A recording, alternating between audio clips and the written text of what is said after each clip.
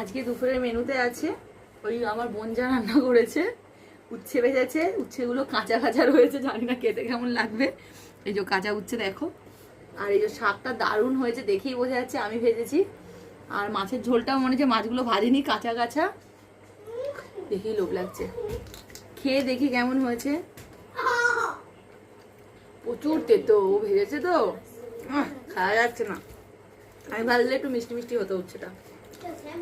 আমি খেয়ে নি, চলো। কতটা খারাপ মানুষ, আমাকে দিয়ে ভিডিও করাচ্ছে আর আমার নামেই বদনামটা করছে। সত্যি উচ্ছেটা বড্ড তেতো লাগছে আজকে। তো উচ্ছে তেতোই হবে, থোড়ি না উচ্ছে মিষ্টি হয়।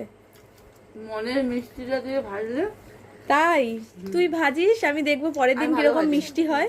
তেতো যেটা যার স্বভাব সে সেরকমই হয়। উচ্ছের স্বভাব তেতো হওয়া, তো ওকে যতই ভাজ ওর তেতো লাগবে, একটু হলেও লাগবে, ঠিক আছে? প্রচুর ঝাল দিয়েছে, উচ্ছে ভাজা এত ঝাল দেয় কেউ? তো ওই তো ভালো মা, লাগবে, মুখে ঝাল দিয়ে দে, ঝাল মামা। তেতো তেতো। মামা কেমন বল? জানিস ও আমার দলে, তুই দেখবি নাকি একটু?